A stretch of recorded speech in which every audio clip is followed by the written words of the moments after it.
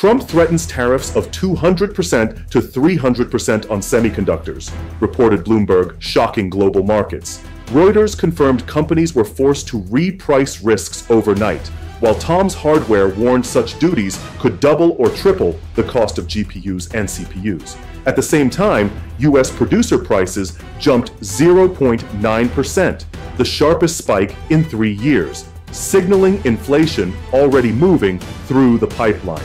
Electronics, autos, even groceries face new pressure.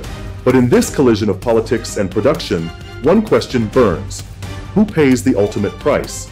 For decades, North America's technology and auto sectors thrived on an invisible thread: semiconductors. From smartphones in California to assembly plants in Ontario and Detroit, chips powered not only devices, but also the promise of economic integration. Trade agreements and cross-border supply chains ensured that innovation moved freely, with Canada and the US benefiting equally.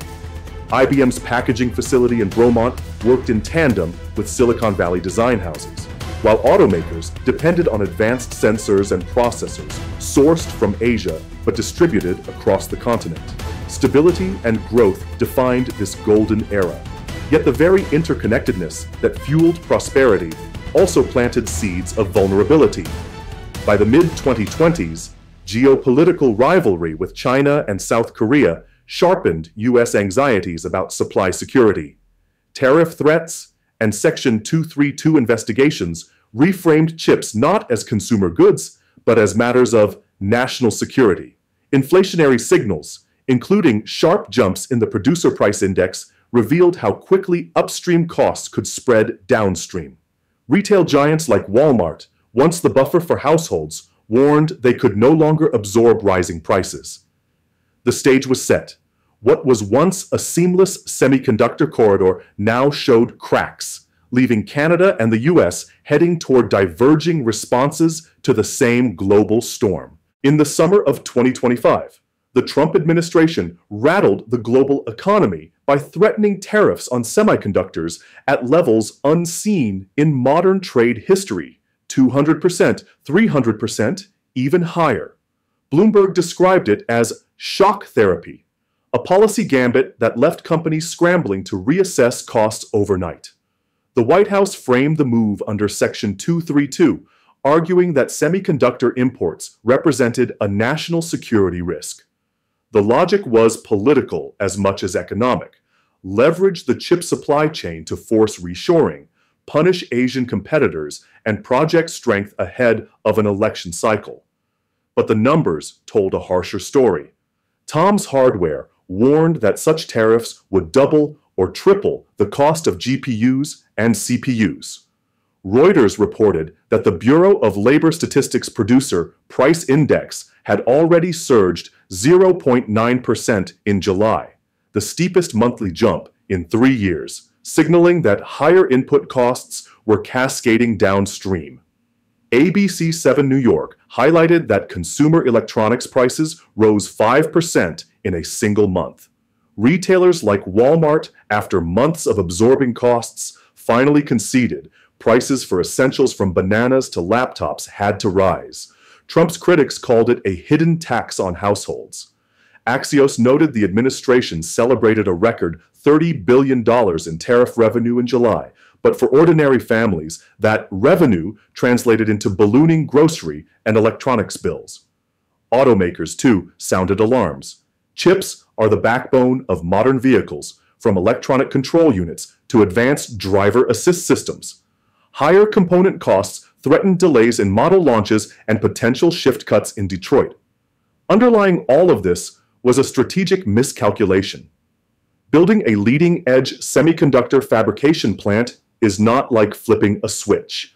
McKinsey and the Semiconductor Industry Association estimated that fabs cost $10 to $20 billion each and take 3 to 5 years before production. Tariffs could shock markets in weeks, but they couldn't conjure capacity in months. The US was wielding a hammer against a supply chain that required surgical precision, and instead of resilience, it risked chaos. While the US played tariff roulette, Canada leaned into a different strategy: pragmatism. Ottawa saw the storm coming and moved to strengthen its role in the North American chip corridor. Reuters and the Wall Street Journal reported on major investments in packaging and testing facilities at IBM Bromont, Quebec, already the largest OSAT outsourced semiconductor assembly and test hub in North America. In April 2024, the Canadian government and Quebec had poured 187 million Canadian dollars into expansion. By 2025, additional federal support was announced. Rather than competing head-to-head in the race for multi-billion-dollar fabs, Canada targeted strategic choke points. Its investments in advanced packaging, photonics, and quantum technology built on existing strengths. ISED Canada allocated 120 million Canadian dollars to CMC Microsystems to expand R&D capabilities, alongside 360 million Canadian dollars for quantum programs to bolster long-term talent pipelines. Hydro-Quebec added another advantage: stable, clean, and competitively priced electricity, critical for energy-intensive chip facilities and AI data centers. The cultural message was equally deliberate. Business Insider documented the rise of a Buy Canadian campaign, not as protectionism, but as national resilience. Consumers shifted toward locally made electronics and domestic supply chains, aided by the government's move to dismantle interprovincial trade barriers through the One Canadian Economy Act, Bill C-5. The Washington Post emphasized how this reform smoothed trade across provinces, creating an integrated domestic market worth billions in new efficiency gains. Canada didn't escape global turbulence, but its policies turned crisis into leverage. As U.S. retailers fought rising costs, Canadian policymakers pitched the country as a stable partner to European and Asian investors.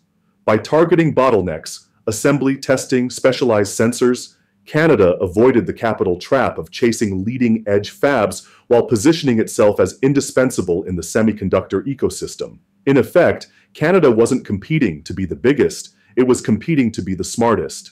The divergence was striking. In the US, tariffs strained consumers, widened inflation, and left industries pleading for relief. In Canada, investment announcements fueled cautious optimism, projecting a narrative of resilience. What Washington painted as confrontation, Ottawa reframed as construction. Yet even as their paths diverged, the US and Canada remained bound together. Supply chains don't stop at borders. Walmart Canada still relied on US distribution networks, while Detroit's automakers sourced parts from Canadian suppliers. Both nations were tethered to a semiconductor ecosystem that was global, fragile, and deeply interdependent. For the US, retreating from the tariff stance would look like defeat, politically untenable for an administration that promised protectionism. For Canada, leaning too aggressively into self-reliance risked antagonizing its largest trading partner, one that bought the majority of its exports. Both countries stood at a paradox. Cooperation risked political backlash at home. Competition risked shared decline. On the ground, the stalemate translated into unease. American households faced ballooning bills for iPhones and cars. Canadian families saw delays and higher costs on electronics still routed through US channels. Neither side could declare victory, and neither could afford outright collapse. The chip war wasn't about winners and losers. It was about how far both nations could push divergence without breaking the very system they both relied on. In Bromont, Quebec, IBM's packaging facility became a symbol of Canada's semiconductor gamble. Federal and provincial governments had invested nearly 200 million Canadian dollars to expand operations, positioning the plant as the continent's most advanced OSAT hub. The payoff was real. Contracts from European automakers and tech companies began flowing north, drawn by stable electricity prices from Hydro-Quebec and the promise of tariff-free production. Workers in the region spoke of new opportunities, with training programs in photonics and quantum computing preparing a new generation of engineers. Yet the gains came with caveats. Canadian retailers still depended on electronics routed through US distribution centers, meaning delays and price hikes spilled across the border. Smaller suppliers struggled to scale fast enough to meet demand, and Ottawa faced criticism that focusing on semiconductors left other sectors neglected. The benefits were undeniable. Canada looked resilient, but the nation was not insulated. Proximity to the US meant that any shock in Detroit or Silicon Valley reverberated in Montreal and Toronto. In the US, the story unfolded more painfully. At Walmart stores from New York to Texas, price tags on electronics told a new reality. A high-end iPhone that once retailed at $1,599 edged toward $2,300 under projected tariffs. Families hesitated, sales slowed, and retailers faced inventories piling up. The Bureau of Labor Statistics' 0.9% PPI surge translated directly into checkout inflation, making everyday devices, from laptops to kitchen appliances, suddenly harder to afford. Detroit's automakers were equally squeezed. Electronic control units, sensors, and chips for advanced driver assist systems all carried new costs. Reuters reported that companies quietly considered cutting shifts and delaying new model launches. Small suppliers, like tool and die shops in Michigan, struggled to stay afloat as contracts were renegotiated under higher cost assumptions.